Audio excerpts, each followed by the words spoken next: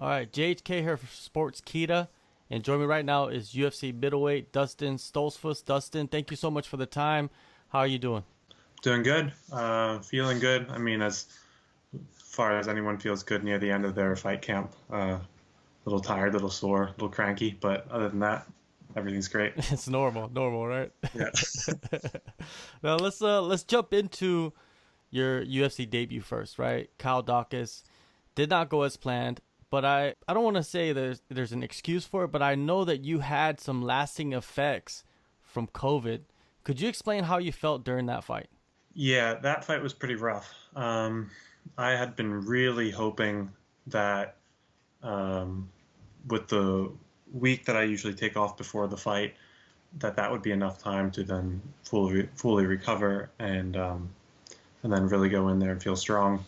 But that really was not the case. I had a pretty hard time with my training camp, um, but you get into your competitor mode and you just sort of just focus on what you're doing and not so much on what's not going great. Uh, and yeah, so I didn't really notice how bad it was until afterwards, and then was expecting to feel better after that week of a break, but within the first 2 minutes or so, I think we got into the clinch for the first time. And as soon as we were in the clinch, I just felt exhausted. Um, and that was halfway through the first round. So it really was not great. Uh, I've never felt so tired so quickly in my life. Sometimes, when people get into a situation like that, they could panic, but you didn't panic, man. You fought for the rest of the fight, 15 minutes, full to the judges and everything. What was the positives you took away from that, if there are any? Um, that that I'm tough, I suppose. Um, I don't know. That I don't quit. It was by the end of the by the third round, it was really more me focusing on not falling over from exhaustion than actually fighting, and then actually to at least put out some offense in that um, was, yeah, I mean, a consolation prize. Not really, not really a great takeaway, but at the end of the day, at least it's one positive. Yeah, and how did you feel, the days after the fight? Did you feel still some lasting effects? I felt really, really bad. I felt like a burning in my lungs and heart for probably about 2 to 3 weeks after the fight. Um, I didn't do anything. Usually, I start training again a week after a fight, or sometimes just a couple days. But I did not do anything for weeks. Stairs were hard enough, and then once I did start training, I couldn't do anything where I would get my pulse up. I pretty much only did weight training and some yoga. Yoga is prolonged, often prolonged um, effort, even though it's usually not too much effort. But anything over a couple seconds of effort was then too much. So even yoga was really hard. So yeah, What um, what were the didn't feel great. doctors telling you during this whole time? They weren't sure what was going on. I did go to the hospital shortly after my fight, and they had me in there for about 14 hours doing a whole bunch of different tests. And but they were mostly focused on, okay, is there anything that's going to kill you if you start training again? Unfortunately, it wasn't. It wasn't anything super serious, but they also couldn't figure out what it was. I know one thing that had them sort of worried was also showed up on my EKG before the fight, that I think my V6 ventricle in my heart is enlarged, um, but they weren't sure if that's because of um, if that was due to an infection or if it was just because of the amount of conditioning and endurance sports that I do. Turns out it's just from the endurance sports. So there was nothing wrong with my heart. Um, turned out just being a micro supplement thing. Uh, Took some supplements and felt better within a week and a half, but it took months before we figured that out. Do you think the weight cut had something to do with the effects like kicking in, even like after the fight? I don't cut much weight. Um, I only cut maybe, um, yeah, about 5 kilos, so like 10, 12 pounds. So I really don't cut too much. Um, that's not a huge wear on my body. I go onto the scales on weigh-in day and feel fine. Sometimes like little bit weak, like not good enough that I would want to fight right then, but I usually feel fine. Um, so that's not a huge deal for me. Uh, I think this is all speculative. I don't really know, but part of what I think the reason why then I felt so much worse in the fight than I even did in training was that I took too much of a break for that week, and I probably should have put in a good 15, 20 minutes of hard training every day. Just because once you come off of a lot of activity, your immune system drops a bit. And I think that played into it a little bit. I should have put in a little bit more effort every day and not just been like, my body needs a break, I'm taking a complete break. I think that's something that might have had a bit of an effect, but that's just, as I said, speculation on my part. With this COVID, we don't know exactly like how it affects it. Like it affected you a certain way, and then some guys get it, and then they're fighting a couple weeks later. It doesn't seem like affecting them.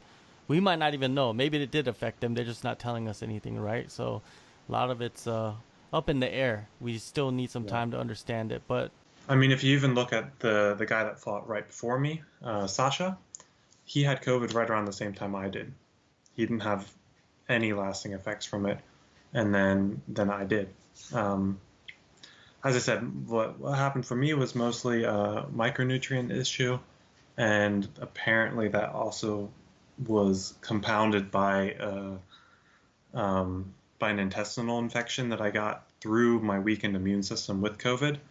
So there was a lot of things playing in, and I heard during that whole process of figuring it out that typically for healthy people, the long-term effects of COVID are like chronic overtraining.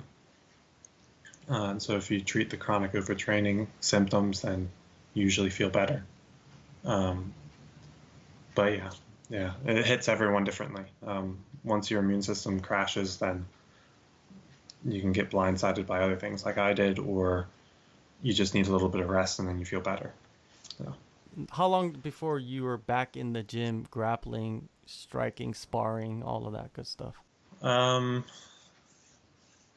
so I was back in my hometown of Lancaster, Pennsylvania for maybe about two, I don't even remember, maybe 2, 3 weeks after the fight.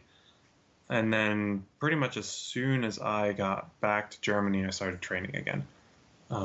But on based on the recommendation from my doctors, I was not doing anything where my pulse would go up for more than a couple seconds.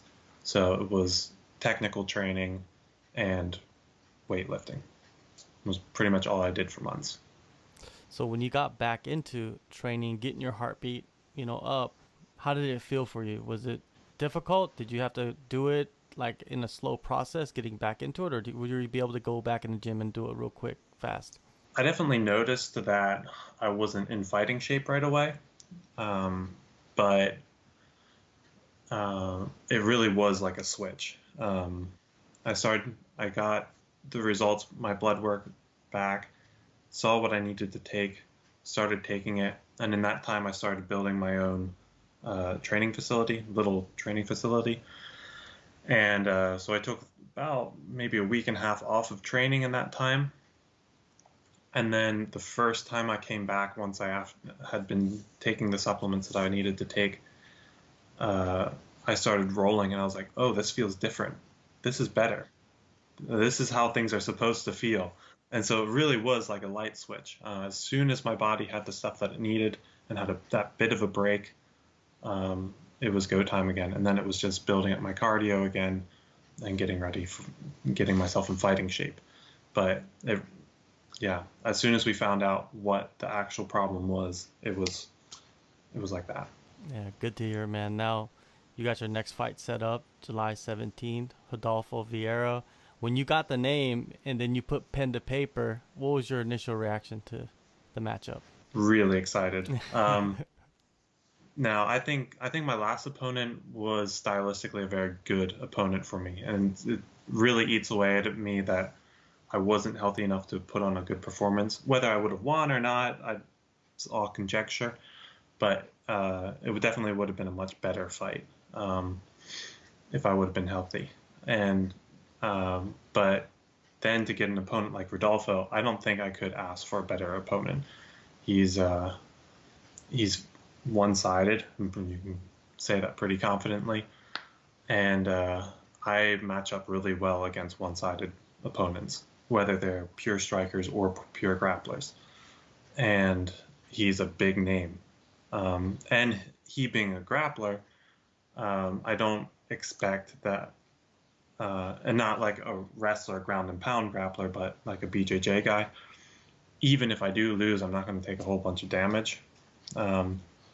So it's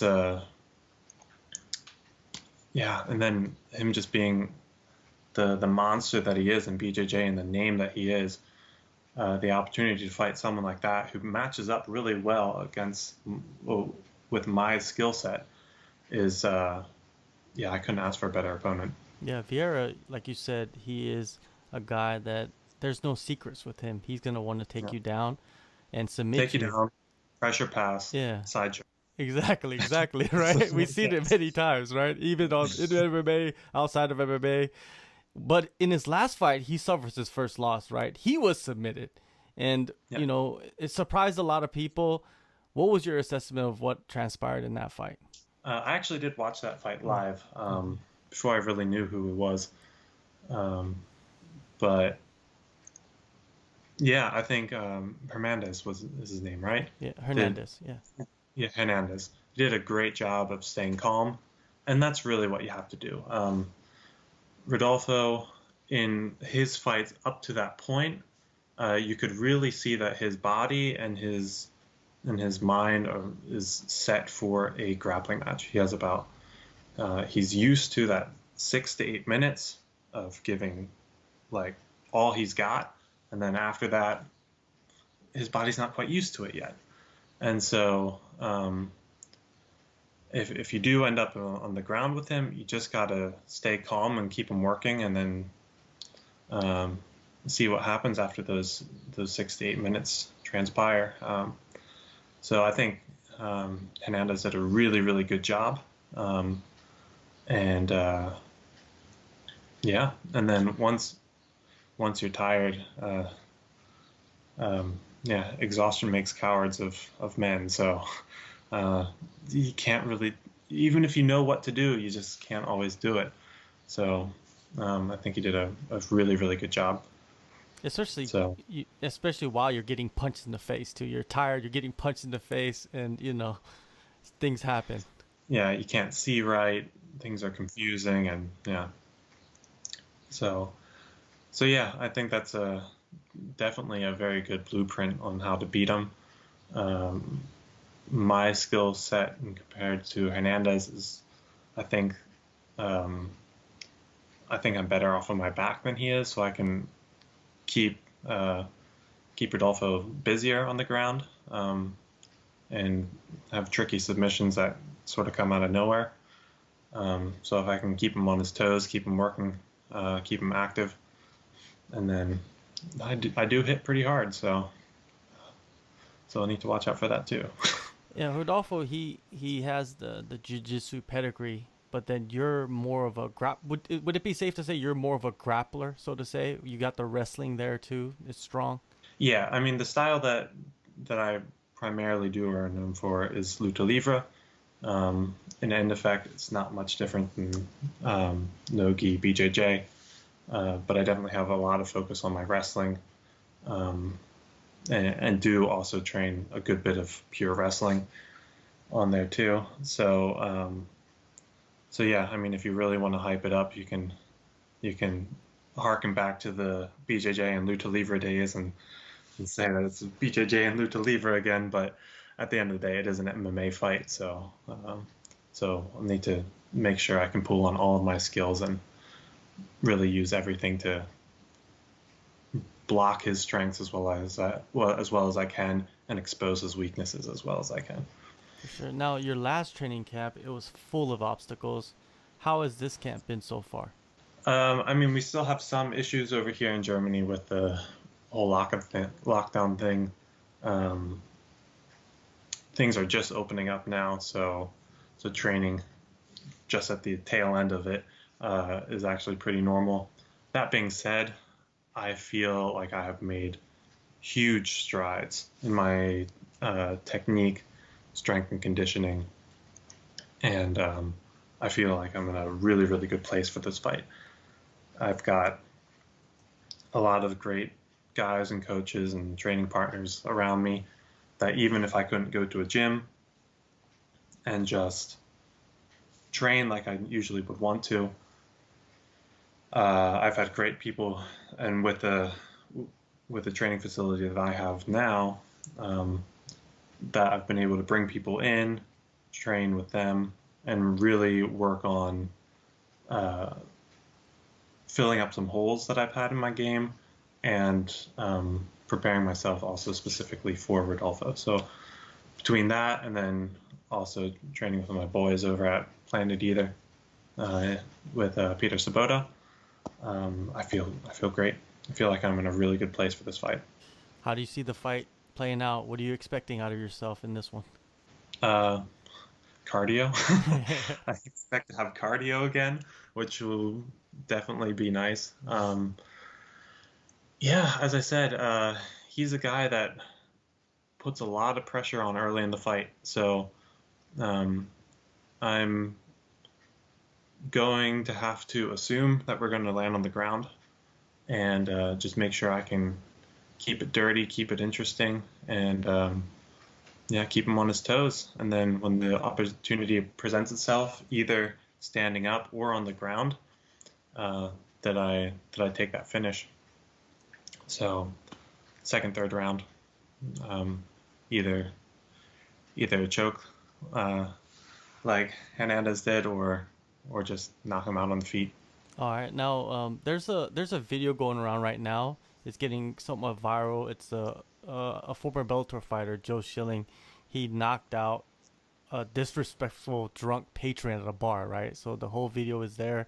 Have you had anybody test you without knowing that you fight for a living? Yeah, but I sort of. Um, but I'm not a very confrontational guy.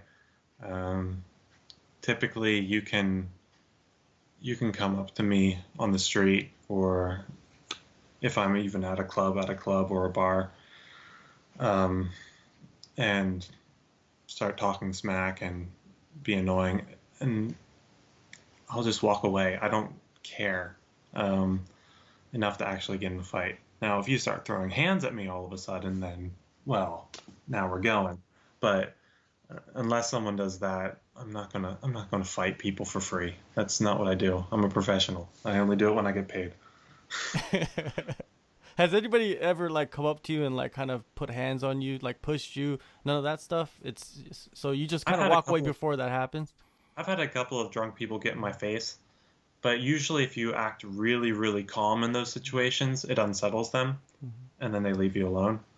Um, I've worked as a bouncer a couple times too, and Wow. I've just never, as I said, I've had people get really aggressive and in my face, but no one's ever laid hands on me either with a push or started swinging. Body language does a lot, and if you have a non-confrontational but very assertive and confident body posture, most people just leave you alone. A bouncer at in Germany or in stateside?